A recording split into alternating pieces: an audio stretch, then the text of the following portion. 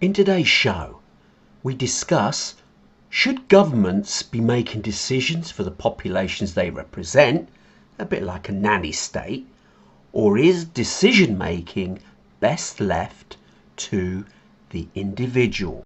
And now, the TNT Talk Show, daring to go where other podcasts fear to tread.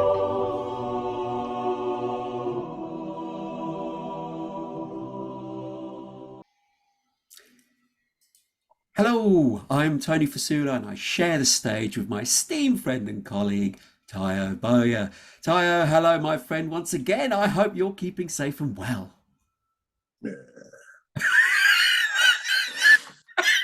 What you gonna do, eh? Your tone goes ever lower. Every time I'm more upbeat, you go, Mm. Maybe I should I just still stop. bring a smile. Maybe I should stop by following the news, man. It's just Indeed. We can cover that today, in actual fact. But shall I risk it? Shall I ask you to say hello to our audience? Shall I? this is fast becoming the only part of the show that I actually look forward to. So, Go on, yeah, then. please ask me. Say hello to the audience. Go on, say hi to our audience. Hello, audience. I've got a joke for you, audience. No. There we go. Go on. Why does Jesus get all the credit? Yes, he fed 2,000 people with 5 loaves of bread and 2 fish. But Adolf Hitler made 6 million Jews toast. Oh. I love that. Oh, it waters my soul, Tony. Oh, look at him! These jokes, Head down. they're not for public consumption. We should somehow cut them out. They're not good. They're not good. They're not Hold on. You know what? Once you've heard one of these jokes, you know what kind of material you're in for. So I think it's a really great. Look at it, head in his hands. I don't think I've ever been able to achieve head in your hands before. No, this one's hitting rock bottom, I'm sure. Dear me. Let's move on and just steer clear from this subject. Right, today, what we're going to discuss on the show. My microphone was in the wrong place. What we're going to discuss is, should governments be making decisions for their populations that they represent? A little bit, sometimes it's referred to as nanny state, isn't it? Or should decision making be best left to the individuals? So, Taya, as this is your topic, do you want to kick things off? Look, it's getting ridiculous out there, man. It's getting silly. Who was it? What's his name now? This former Italian Prime Minister, Paolo Gentiloni, is a case in point. He bragged. I don't know what year this was in, but he bragged to the World Economic Forum about his plans to import hundreds of thousands of poorly educated economic migrants from the third world into Italy. And he said, this is a direct quotation, "We are very open on migration. We are saving lives at sea." Yeah, okay, were you elected to save lives at sea and to flood the country with economic migrants?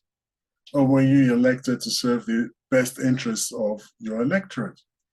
What we're seeing in the West, I mean, look at Germany not going ahead with Nord Stream 2.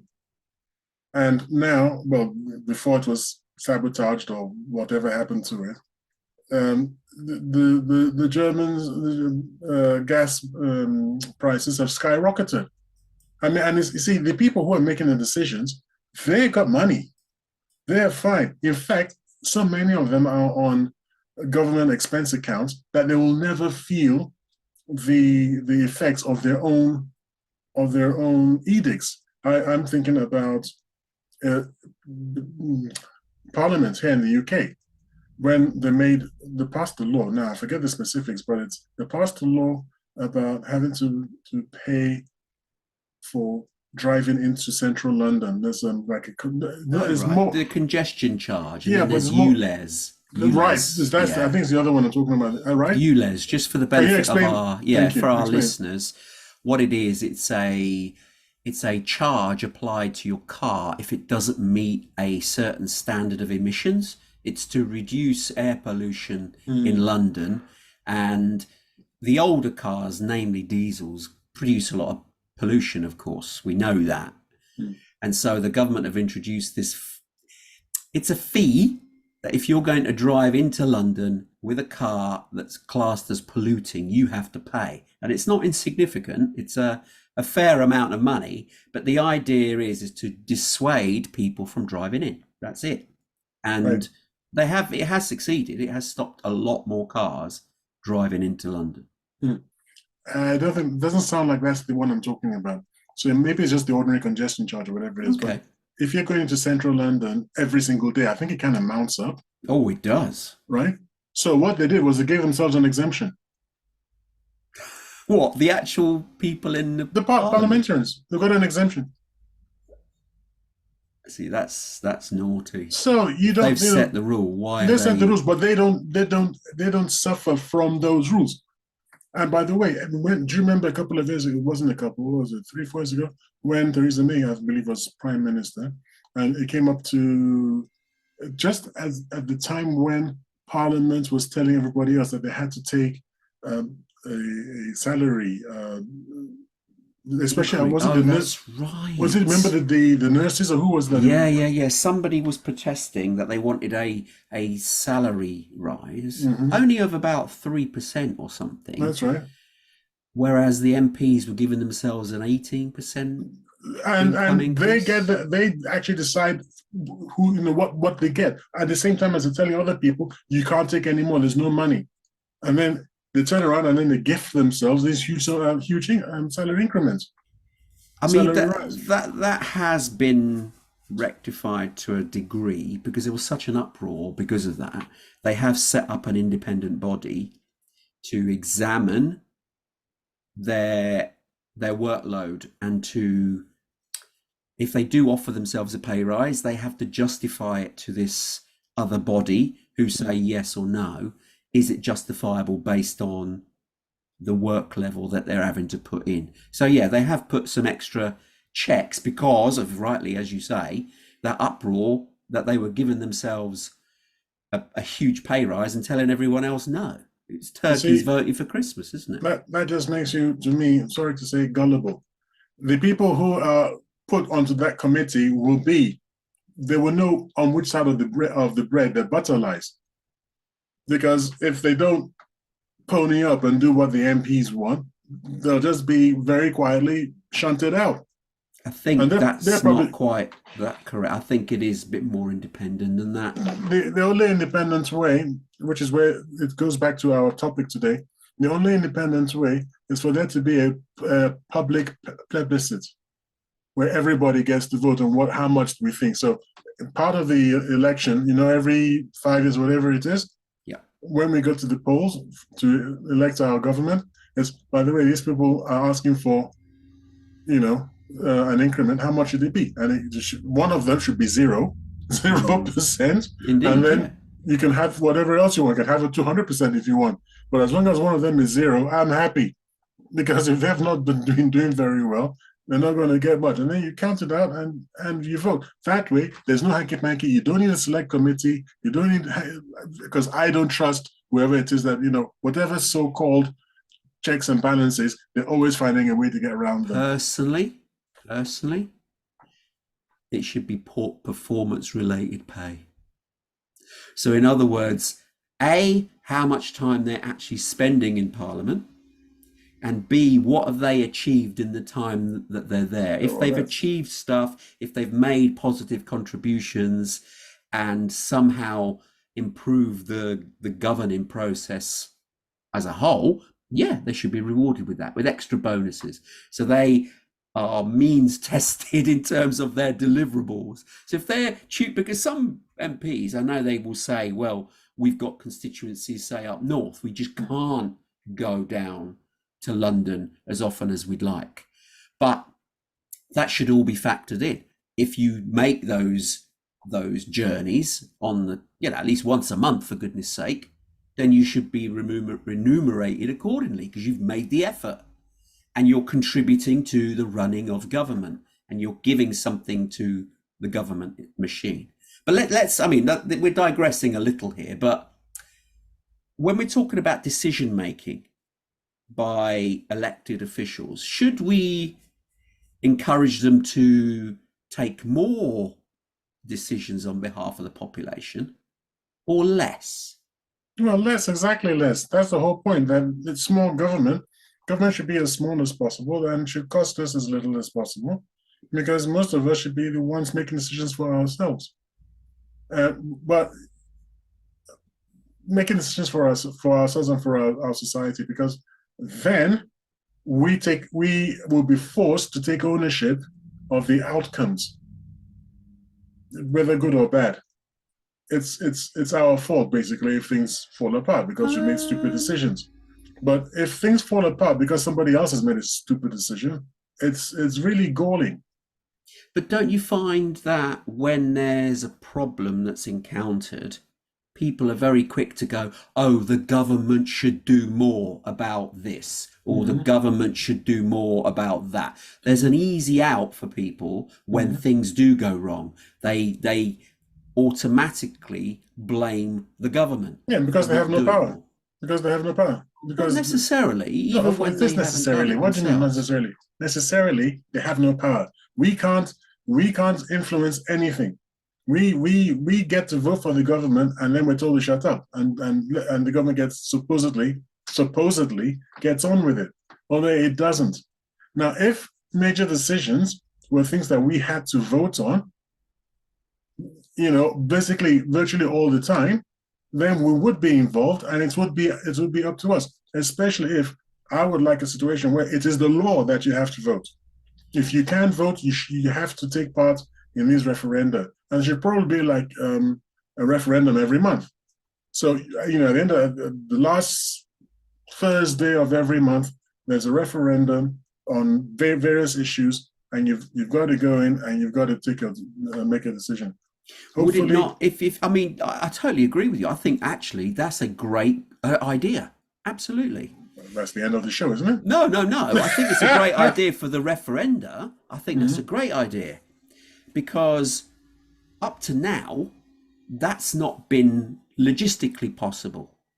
That's why we only have a government. Okay, we give them a set time period, so they have, I don't know, a 5-year term. It is in the UK, and we vote again every 5 years, and we leave the day-to-day running of the country to them, but big decisions they choose to do them on our behalf.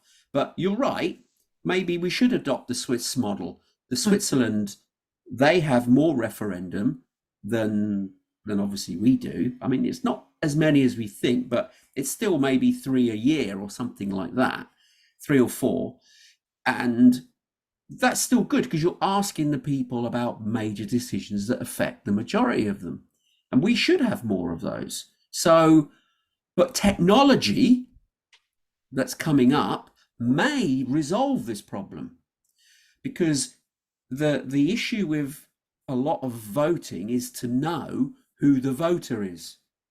You have to be able to be identified that you are legitimately a citizen of the country in question, in order that you can vote, and you then don't vote again and again and again in the same election. So the idea that technology can be brought in that can influence this is welcome, although there are people out there who aren't sure of whether to trust the technology. But I think if it's taken out of government hands to do the actual voting, so for instance, you could even vote on your phone, you'd need a fingerprint that verifies you, you'd have to answer a couple of questions so you know what it is you're voting for, and then you cast your vote.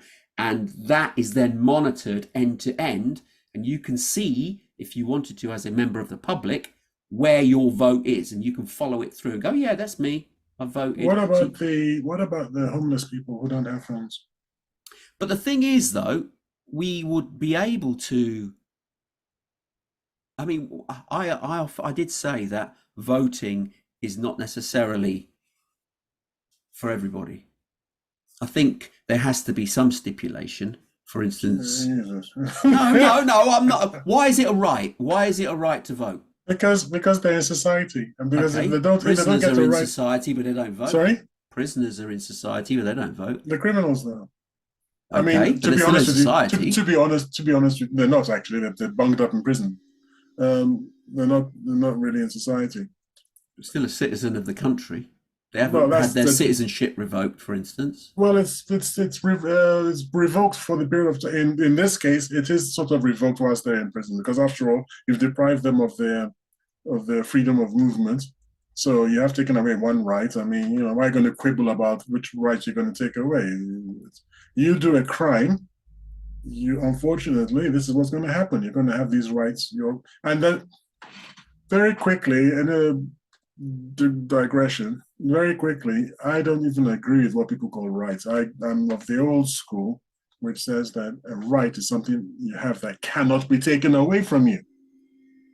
So if it can be taken away from you, it's not a right; it's a privilege. Indeed, yeah, exactly. Very good point. Yeah, so voting is a privilege. Freedom of movement in a society is a privilege, and we can take these things away from you.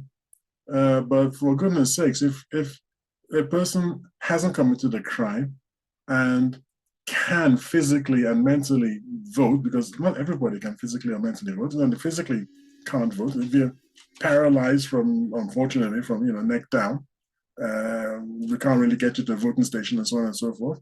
So very few cases of that. Or you are mentally disabled in some way, handicapped. Okay.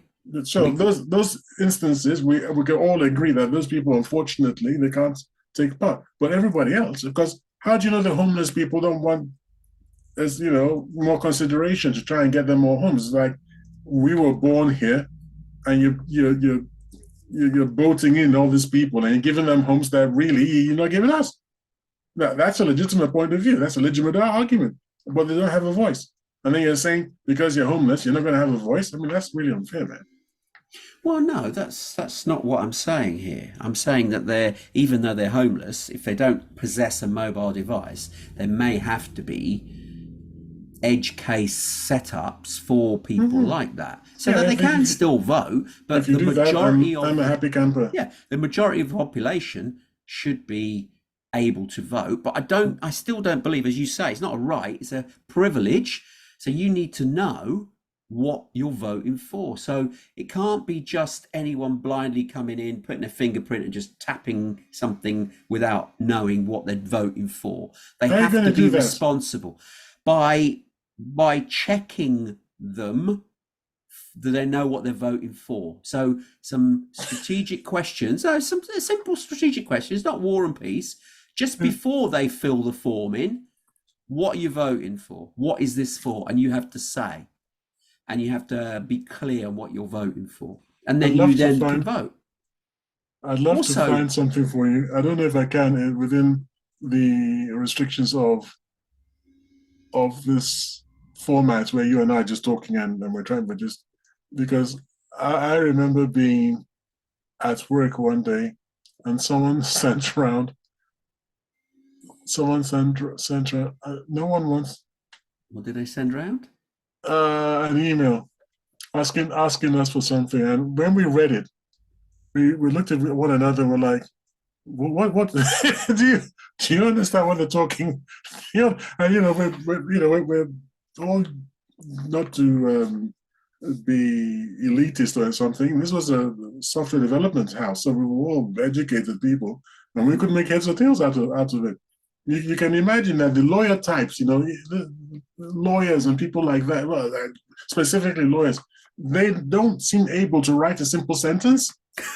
It's they're but so it's busy. Simple for one and not for another. You can't say that. They try so hard to cover all the edge cases that they end up with this double gobbledygook that nobody can make heads or tails out of. Well, I mean, that's not strictly true. They can do, and there are examples of clear English sites, for instance, that do go out of their way to make things simple. So it's not quite as bad as you're making out, of course. It's always, when you say you're gonna, you see, I never look at your intention, Tony. You are, I called you a Marxist, and I really do think you're a Marxist. You think I'm a Marxist? I really do. I sincerely think you're a Marxist. Maybe you're a fascist Marxist, my friend. How can I be a fascist Marxist? Yeah, one of those weird things that because you sit on the fence, but you face both ways at the same time. So, you know, oh, boy. like the Roman god Janus, faces both ways or something.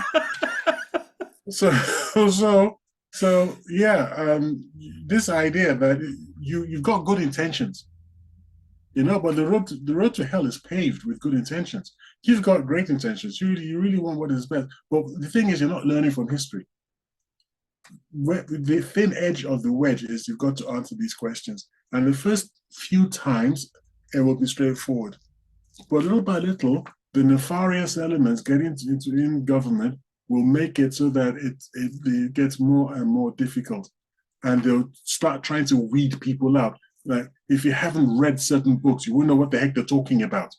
No, well, that is where we'd end up. That's where we end up. If you're not leftist, you won't get what they're talking about because it'll have been slanted. I'm sure the questions aren't going to be quite as. Or we will start arguing about the veracity or the meaning of the questions. People will start going, "No, those questions are unfair." Oh, well, but why would I know that? Anyway, you ask him about it's supposed to be, should we allow fishermen into the 12-mile zone? And then we're talking about this ecological what of the what? No, I don't even understand. No. That's what I'm trying to say. What I was thinking. That's your intention. That's what you're thinking. Right. I'm saying that what you think and what you expect is not what is going to end up eventually being the case, because there are always bad people who try to use things like you're suggesting to their advantage. That's what I'm saying. Right. What I was going to say was it would be something like, here's a photo. Who is this? And you've got three choices, and they're multiple choice. So you pick who it is, and it will be someone of the current government or the opposition, and you have to name them. It's because that's what you're voting for. So you'd have to at least have some modicum of intelligence to know who you're voting for. And if you don't, then what it will do, not stop you from voting, it will just say, sorry, you can't vote at the moment. Just watch this, watch a couple of little simple videos, and then try again. So that this way, people are informed on what it is they're trying to vote for, rather than blindly turning up and putting a cross on a piece of paper and not knowing who it is for. And that's all I'm trying to remedy. It's just that it gives them that tiny bit of information, so they're making a more informed choice. Now, can you tell me what my objection to what you've just said is?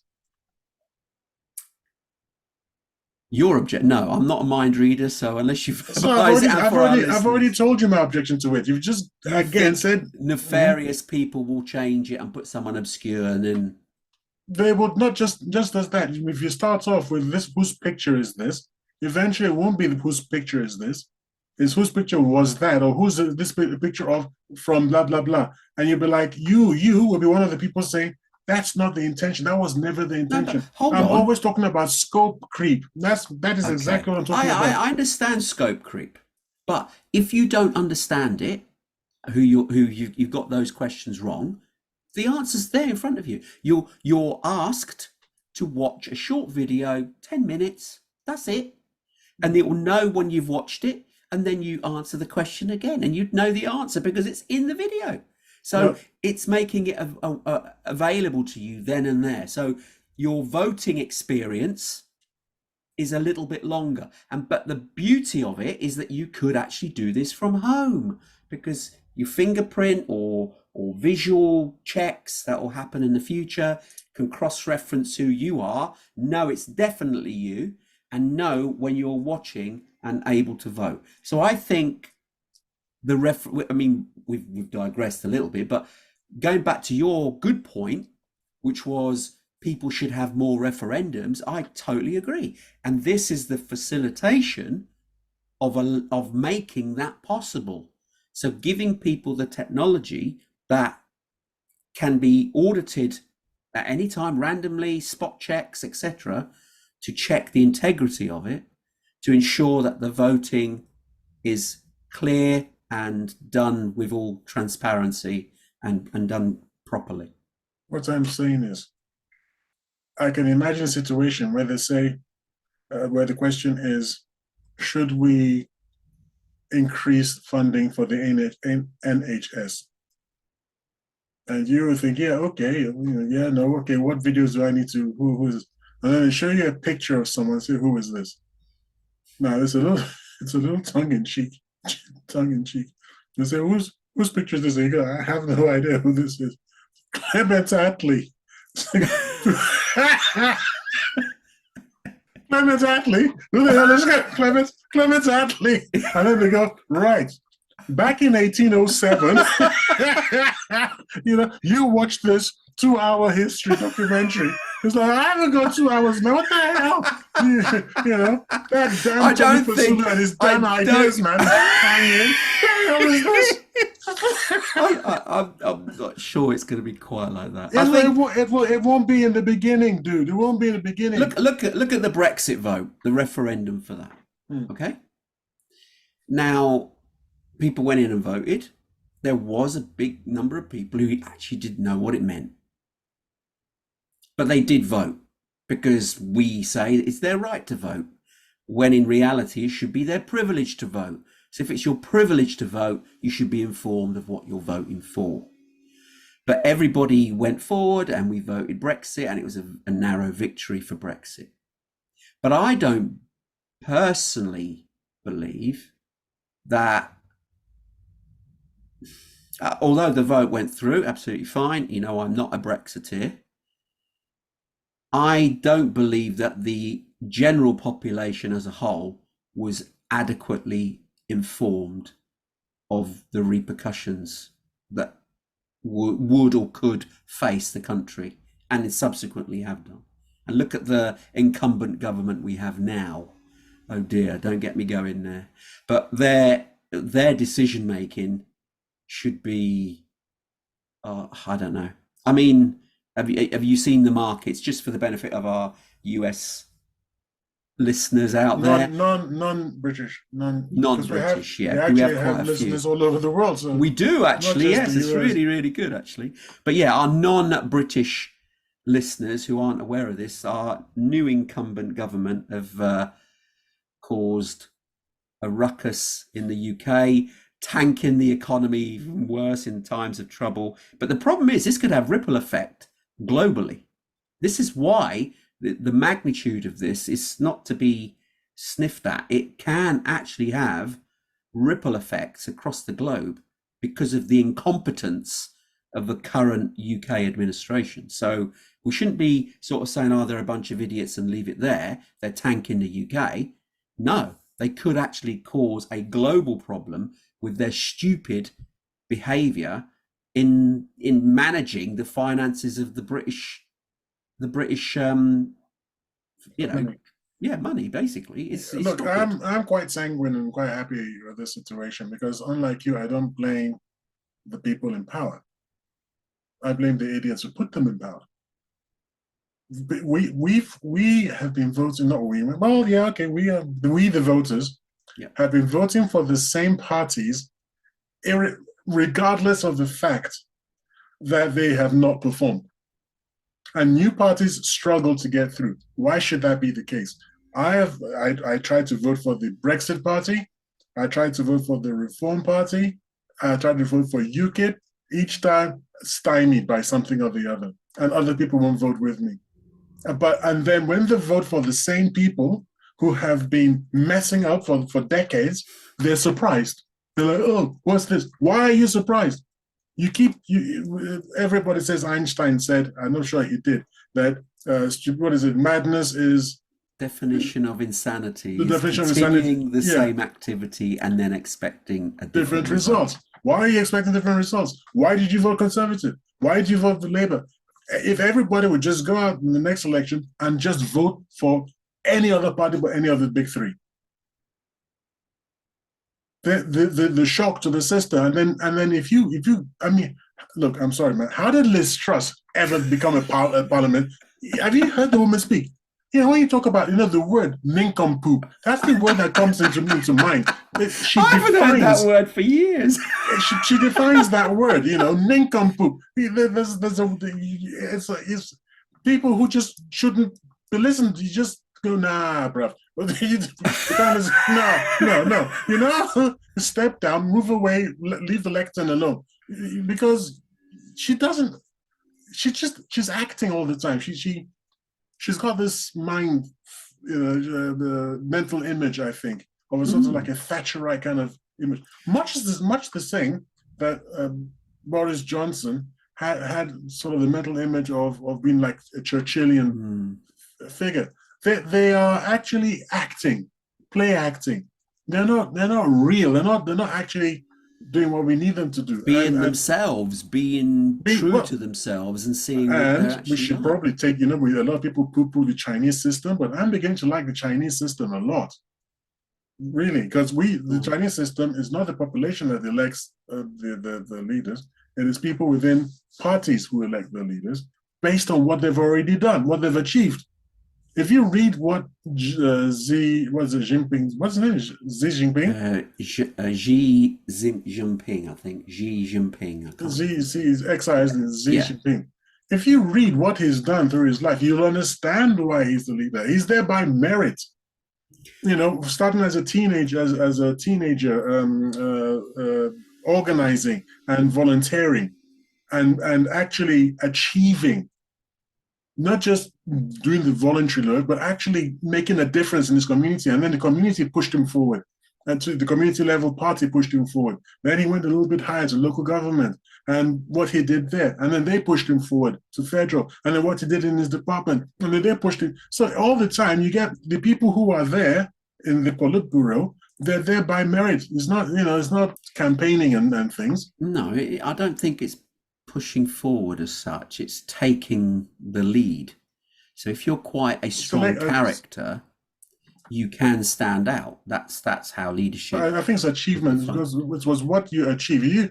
If you're a minister for XYZ and you just sort of push paper around and nothing really happens, you're not going to be put forward for the next highest level. You are. That's right. Because if you're a wallflower, you don't get noticed. But if you even talk the talk, that helps too. If you're quite a strong character as a personality, that helps too. All leaders in the world have strong personalities, and that's part of it. So not necessarily. I don't know where you got the information from. I'm just reading what I read about Xi Jinping and about the understanding that others have derived from that example, going back to Chairman Mao, I suppose, but I'm talking about one before him. He's quite Mao Zedong. No. Was he before? No, he's after, wasn't he? The one before Xi Jinping. Mao Zedong, wasn't it? No. Was he not? Who was before him then? Yeah, an old man. He didn't last very long, but he was truly revered. Oh, right. Yeah, I believe so. I believe it was. Okay, well, okay. So this, whoever it was truly revered, and it was truly revered because of what he had stuck through during the was it the Gang of Four? Do you remember Mao Zedong and the Gang of Four? His wife and two other people who eventually got themselves into hot water. Anyway, the point is that I like that form of leadership where you don't worry about doing things for the short-term gain of the next elections, but you're able to take the long-term point of view. Yes. Part of the problem is this: let's satisfy because I've got elections in 4 months. Apparently, now I'm going to say something here, and I'm going to be very careful how I put it. If the idea that America is responsible for the attacks on the Nord Stream pipelines, the thinking is it was done for the short-term gain of looking strong in time for the midterm elections in November, and this is September. So that is real short term. That is an example, which may be false because maybe it wasn't the Americans, so I have to get that out there, right? But the idea is that governments in the West who face routine elections do things because that is the timetable that they're forced to do. In fact, you and I were discussing once. Sorry to go on a bit. You and I were once discussing, I believe, something about the monarchy. Whether monarchy should continue. And one of the arguments for monarchy is that the monarchs can take the long-term point of view. They can plan for 20, 30, 40, 50 years because they're not worried. So they can look deep into the future and think, this is the direction we need to be going in. But not so politicians who like, look, I've got an election in 2 years' time. If I do this, and let's say that Kwasi Kwarteng, is that his name? The new chancellor? That is his name. Yeah. Let's say that he's as brilliant as people say he is, because apparently he's supposed to be truly brilliant. I don't know, right? Let's say he's as brilliant as he really wants to be. And he knows that what he is doing is eventually going to work out right. But in the short term, you see, he knows that we're going to go through this trouble. And then he has to calculate that we'll be able to see the benefits of what he's doing before it's elections. Otherwise, he'll be out on his ear, and that's that. But the problem with, as you've brought him up in particular, the problem with what he's done, he hasn't backed it up with any figures. No. He hasn't provided the figures to show why he's choosing to do what he's doing. All it looks like on the surface, because they didn't actually get the output from, what's that department called? Something Office of Budget Responsibility or something. Something like that. And he didn't get any of them to go through his figures. So clearly that spooked the market. What you say is it could be true. It could be the best thing since sliced bread. But if you're not getting your peers to review what you're suggesting, it sounds like cuckoo land stuff. It's not. Someone's come up with truss economics. Truss economics. Tank the country. There you go. No. Well, is he a pupil of Erdogan of Turkey? No. President Erdogan of Turkey. No. Because President Erdogan's of Turkey, you see, I listen to these people on YouTube, and there's a gentleman there who is quite mellifluous and soft with his words. And I think he was trying to describe to his audience President Erdogan's economic plans for Turkey. And he said something like, I find his methods arcane and hard to follow. because President Erdogan believes that the remedy for inflation is to pump more money into the economy and to lower interest rates. Well, that doesn't actually encourage people to spend? Yes. So that would fuel inflation, would it not? Yes. Okay. So that's why it's arcane. And that's why I asked you, is this Kwasi, what's his face? Is he Kwasi Kwarteng? Oh, I see. From the same school of thought. So the same school of thought. There you go. No, but the thing is... Well, hey, why are we laughing at them? I'm not sure. What about Biden? Biden's administration, and how much did they spend on the... The dollar's gone up, though. So what they're doing in the States is actually working because the dollar value has gone up. The dollar value has gone up because they've got resources. I know. See, they can get away with it. Well, that's why.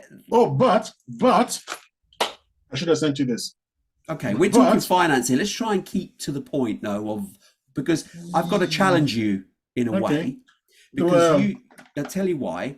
Because you say you admire these strong leaders, strong characters like President Xi Jinping or Vladimir Putin, for And I instance. used to admire him. He's not been strong enough for me recently. Okay, but they're the opposite of what we're talking about here, because their regimes actually remove the decision making from the individual and bring it more central. The governments in those regimes are the opposite to what you actually like, because rather than giving the autonomy and the sovereignty, I suppose, to the individuals, they are taking it, they're making the decisions what they believe is best for their populations. And in fact, the populations can get quite upset, but they have no say, which is really not the way.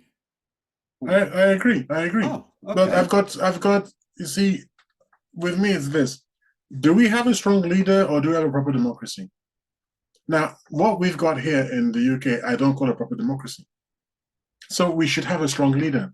It's like, for goodness sakes, be one, be one of them. Either be a democracy and we've all got our hands in the till, and we all, participate in making decisions, which to me is the fairest way of doing of communal living. Or do we have a strong leader who makes the decisions and knows what he's doing and goes ahead and executes these plans? Just choose one and be one. Don't do this wishy-washy, neither here, neither there kind of thing. Where you say that Vladimir Putin and all these people, Xi Jinping and whoever, they they are not really beholden to their people because they weren't put there. I don't know about that in the sense of President Putin, but I was reading somewhere that Liz Truss was elected prime minister based on something like 0.6% of the population or something. Exactly. That's what the heck? That's not. That's wrong. I totally So agree. that's just how could then they say God democracy? What kind of stupid democracy is that? Well, it's slightly better than if the idea being it was before the MPs chose exclusively. Although we're in a parliamentary democracy, they should choose who the next prime minister is themselves. No, they shouldn't. Everybody should. It should go to the public in an ideal scenario. If when Boris Johnson had left office, that should have been a general election right there. I agree. I have to agree with you. And that way it would have focused minds a little bit more. But then again, they would have been fearful to get rid of the prime minister, even though he would have been bad, on the chance that they would lose power. So that way you then leave a prime minister who's flawed leading the country. And I think we've had that, didn't we? Didn't we have that with when they were frightened to get rid of, in the end, was it Tony Blair or was it the guy Gordon Brown who took over when they didn't want to go to the country because they felt that Gordon Brown took over, and it was only him that was put forward. So it was like a coronation, they were saying, rather than this deal that they supposedly had, the two men had, wasn't it? And they didn't want to go to the country because they felt that they'd lose, and they did lose, didn't they? Well, they lost pretty handsomely. Next time, yeah. So I mean, he was a reasonable chancellor, but I don't think he was a great prime minister. Let's be fair. No, I don't know why he wanted to. A lot of these people, they want to be prime ministers, and then they get there, and you think, well, why did you want to be prime minister? Yeah, well, you want to be president, and then you get there, and then you're of America, and then you get there, and then you're not a very good. It's like, so what did you want to be? Like Boris Johnson, what did he want to achieve? He just wanted to be prime minister to do what? He didn't have prestige. Yeah, sometimes exactly. He didn't have any cogent plans. It was like, what were you doing? I thought anyway. So back to what we're talking about. Yeah. Look at how New Zealand. Remember we spoke about New Zealand, and we were talking about because they brought in a law that just basically banning smoking, wasn't it? Yes, but over a longer period. It wasn't immediate. Yes, but it was for a certain demographic of young people.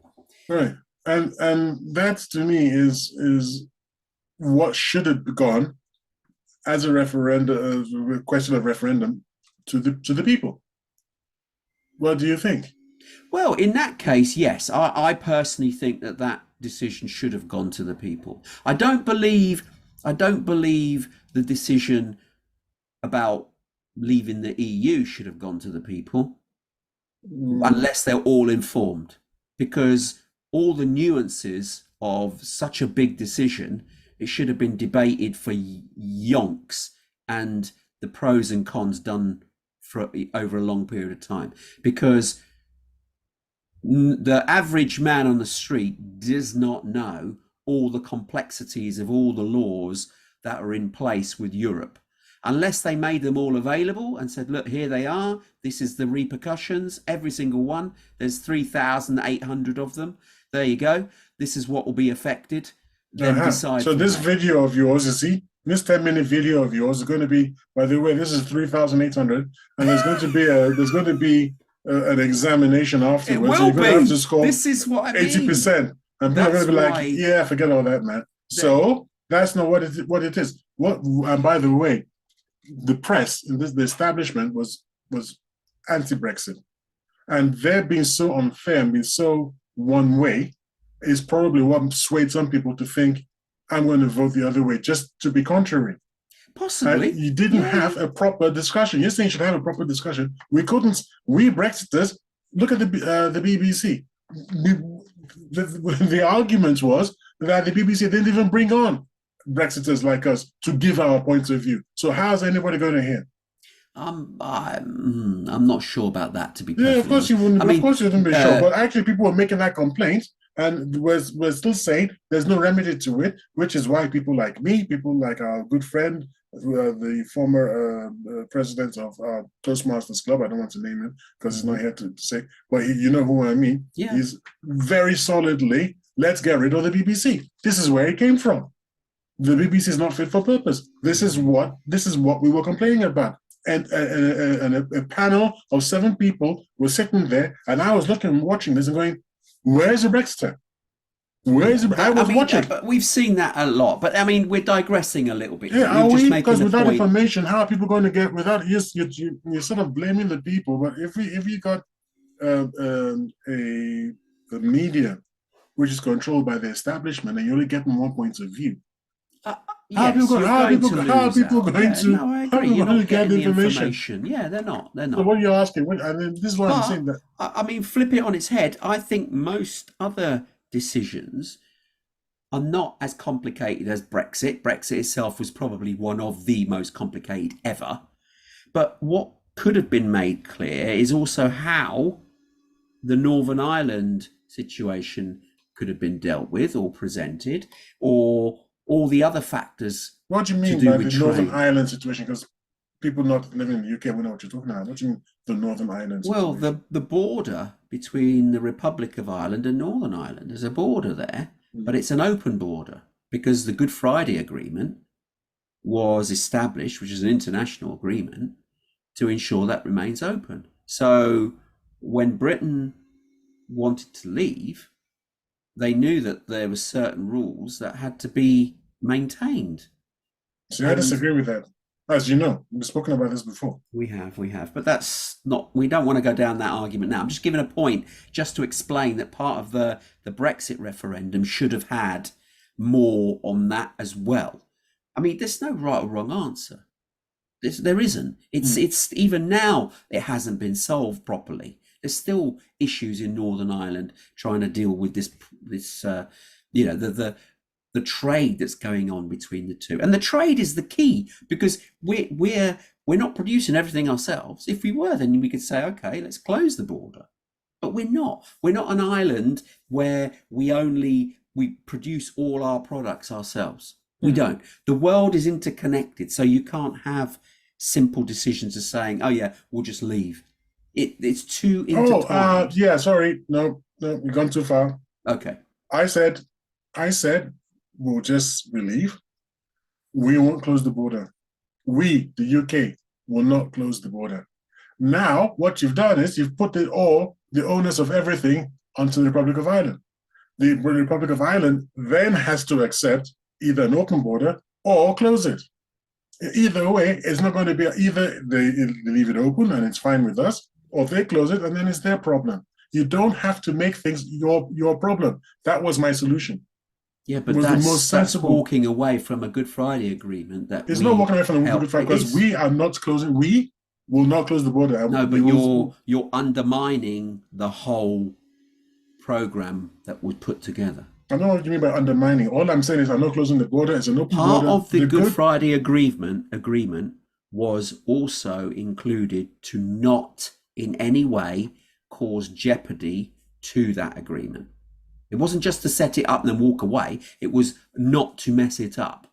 No, I'm not and messing by it up. moving away using Brexit, because did you know some of the parliamentarians forgot we had a border with Europe? They forgot. Okay, so like I said, we're not closing the border. Ergo, we are not moving away from the Friday agreement. Anybody who closes the border will be from their side of the thing, and they're the ones moving away from the agreement. And it's just that simple. We're happy with that. What? They were well, why don't we just do it then? Just say we're not closing the border, finish. But we're leaving. But we're leaving. But you have to make sure that the Good Friday Agreement remains intact. You have to ensure that you don't break it. I'm not breaking it. I am not closing the border. So I'm not black and white, because you then bring in food that you've brought in elsewhere. They have food they can't export out because of regulations. We're no longer in the EU. It causes turmoil, and it's still not fixed today. This is part of the problem. Anyway, we're digressing. We don't want to have this discussion. We don't want to have that discussion today. It's not our problem. We're just talking about... We shouldn't have made it our problem. Well, it's not our problem. The government's making decisions for the populations. Let's go back to the point. See? I would have been very... See, if I'd had a voice in that, I'd have been very... We're not closing the border. We don't care what... See, you don't care. You've just said why would I? Yeah, care. I don't. I don't flipping care. Yeah, we're not closing the. No, I don't. And I would vote this way, and then you would vote the other way, and then we will find out what the population thinks, and then the decision will be made, and that would be better than Bojo the clown. Then, in that case, the referendum should have happened with the whole of Ireland, not us. Why? They're not British. Doesn't matter. It's them that's being affected. That's their problem, my friend. But that's Northern Ireland's part of the UK. No, look, sometimes what people do in one country affects another country. That's just the way real world works. We don't have to be goody two-shoes and say they're gonna. Why should they vote in a referendum? They can vote their way. What they can vote to do is they can vote to be sensible, have the open border sensibly, and not try to impose their ideas on us. They can do that. Impose, but hey, okay. They can do that, or they can go and then close the border. Do you realise that if you did the hard Brexit that you were proposing, then there would have been absolute turmoil in terms of people's jobs, houses, interest rates, supply of food, and you say that was scaremongering. I didn't say it was scaremongering. I'm not one of the scaremongering people. What I'm saying is that we would have gone out, everyone, because the consequences would have been both ways, and we'd have had clarity on just what these consequences are. We'd have had absolute certainty. You have to do a risk assessment of what the circumstances are. Please not tell me what I can and can't do. You're just lucky that I wasn't in power, because that's what I'd have done. Well, indeed. And then you can do it, because I hate wishy-washy people saying you can't do it. Do it. It's done. Okay. Boom. Okay. Then we see what the hell the problem is. Consequences of, like I said, we will see what the consequences are, and then we will deal with them. That's how life works. Do you have? I mean, we're digressing here from the talk here, but do you have life insurance, car insurance, house insurance, any of these insurances? Yes. Okay. Why? What do you mean why? First of all, car insurance is actually the law, so that's why. Yeah, okay. Right? You don't have to have house insurance. Yeah, I think you do, because it's haven't paid my mortgage. If you have a mortgage, you do. If you don't have a mortgage, I've got a mortgage, so I have to. Oh, okay. A mortgage. Okay. Why do you think the mortgage companies insist that you have house insurance? Probably so that they know that they can get their money if it burns to the ground. If something happens, yeah, exactly. So the same is you do a risk assessment and you assess. I'm not saying that you never ever do risk assessments. We're talking about the Brexit thing. Yes, so don't try to make it like thing. Tayo universally says universally you don't have risk assessment. I am saying that for the best way to have left Europe was just to leave. day one, we've left. That will cause problems. Maybe planes can't land, maybe this can't this, but everybody thenceforth will know that this is not a bluff. No one can bluff anymore. This is the consequence. Now, sit down with the EU and hammer out a solution. But if the EU says if the EU tries to play hardball, we have already left. We can play harder ball and say, all right, we don't want to discuss that now. Neither do we. Leave it. Next. So, like the fish, you can't come fishing within our territorial waters because we've left the EU. So the French fishermen are like, what the heck is going to happen now? Now, Macron has got a very simple choice. Deal with us reasonably or don't. We've already left. Your fishermen can't come. Finish. But you're not seeing that you're harming our fishermen.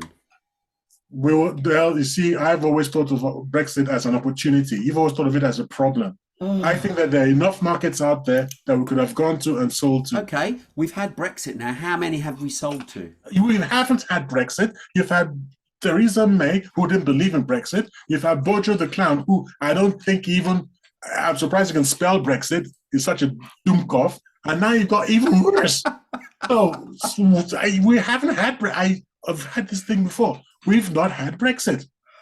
Okay. And we would, maybe if we'd had referenda, a proper one, by the way, what maybe you should be arguing is that we can't have referenda because we don't have proper independent media.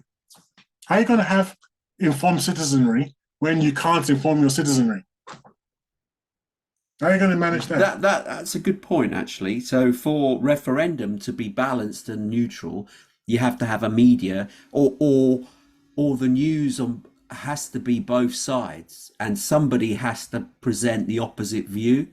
But if you don't have that anywhere, then yeah, you have a problem. That's what I'm trying to say. Do you know what? If it's coming to the end of the show, it is the end of the show, not far away, really. Right. I was thinking about this episode we're going to do. I thought about it for a while, and I actually came to the conclusion that we cannot have a democracy when power is in the stewardship of a select number of people. It's just false. That demos crassus has to go back to the original Greek thing. One person, so that everybody has a say. But yes, because the demographic of the country is so big, logistically that can't work. But technology may be able to be. Yes, they have to now employ technology. But in order to do it, based on our discussion now, I've moved away from that, and I have to put an addendum to it. Okay. Not only do we need each individual to have a vote, but we also need a free, unfettered media. So no one can own more than maybe 2% of we certainly can have these giant corporations that own everything. I mean, I think the cutoff is 25. You can have 25%. Yeah, I don't think we can even have more than 2 or 3 or maybe 4%, maybe tops. There's not enough. There's not enough out there that would be sustained. That's the problem. Well, it's maybe we just need subsidies and whatever it is, so that even the village newsletter and things like that, they can get the word out. Possibly, but again, that would have to be referendum as well to say whether that is something that's feasible too. So, well, we definitely need that, because without that, we're look. You can't have. Can you have a proper referendum now about supporting Ukraine? No. No, exactly. We can't, because we're not even hearing the Russian side because they've been banned. So how are you going to have a proper referendum with people who know what the hell they're talking about? If you don't have a free press, you can't have democracy either. So that's the other thing you can't do. Or you can't have the referendum, so you're taking away democracy. That's what you're saying. Yes. Yeah, it's not true democracy, is it? Nope. Okay, going back to final. I mean, we're reaching the end of the show here, so. Going back to the point we were trying to make, should the governments be making decisions for their population? Because we didn't even touch on why governments are formed in the first place. Because originally they're there to protect the population from intruders. And what was the second reason? I don't think that was it. Was it? I can't. Protecting the borders. Well, it started out as excuse me, it started out as being, well, I said protection of the border, but obviously back in the olden days, and I mean really olden days, was protection of the village, wasn't it? Yeah. And then villages came together to form stronger unions and so on and so forth. And I don't exactly know when we started getting proper, what we would recognize today as government, but the Romans had the government. They did. So that's thousands to 2,000 years ago. I suppose even the Egyptians had government under the pharaoh. It was a monarchy, wasn't it? Yeah, monarchy was Egyptian, but the Romans had a what we would republic. recognize today. Yeah. And the Greeks came before the Romans. So actually, the Greeks, but Greek government was like, because they actually elected dictators. Yeah, slightly different. Slightly different. Yes. So but the Romans actually had a democracy, didn't they? Until the Caesars came in. They had a sort of democracy, because don't forget that they had slavery and so on and so forth. They did, yeah. Slaves couldn't vote. No. Women couldn't vote, which of course is a good thing, it turns out. And, you can't say. and then I think as soon as women started voting, no. Okay, so what's your decision? Come on, because we're reaching the end of the show here. So should governments be making more decisions? The scope creep. Should Obviously they be not. Like a nanny looking after the population, telling them what they shouldn't do? No. Yes, no. I mean, I believe, well, although I'm going to make a point here, most people nowadays, they've got to such a point that they don't care. And that's bad, because then the government assume, and that's not a good way to be, that if the people don't care, they have to mop it up and sort it out. And that's how they get in this scope creep, because the individual is so busy living their life, they don't care about the day-to-day running of the country. Are you sure about that, Tony? I think so. Can we look at what Ursula von der Leyen said? And she said, this is a quote. I was talking about the elections that have just taken place in Italy. Yeah. If things go in a difficult direction, I've spoken about Hungary and Poland. We have tools. And this is from Reuters, published on the 23rd of September, 2022. I think we have tools. The tools are tools within the EU, because you're abiding by the EU rules. And that's what they've got. Matteo Salvini. Sorry who's about that. The Italian on the right. Yes. He said in response, he denounced her comments and said, "What is this, a threat? Well, respect the free, democratic, and sovereign votes of the Italian people." Indeed, and that is absolutely what they should take into account. They can't be making threats, and that's some of the things that I do dislike about the EU. Yeah, I'm not actually attacking the EU here. I'm talking about when you said that the government functionaries take power and how did you put it? That they take over because the people are bored. Well, the people aren't bored here. The Italians. Well, no, the Italians they were being told, voted for a party. Yeah, but they were being told the right way. So it's interesting. That's von der Leyen's comment, which is not very good, actually. I'll be honest with you. Didn't like that, because if the Italian public have chosen to vote that way, that's their right. That's the point of being in a democracy.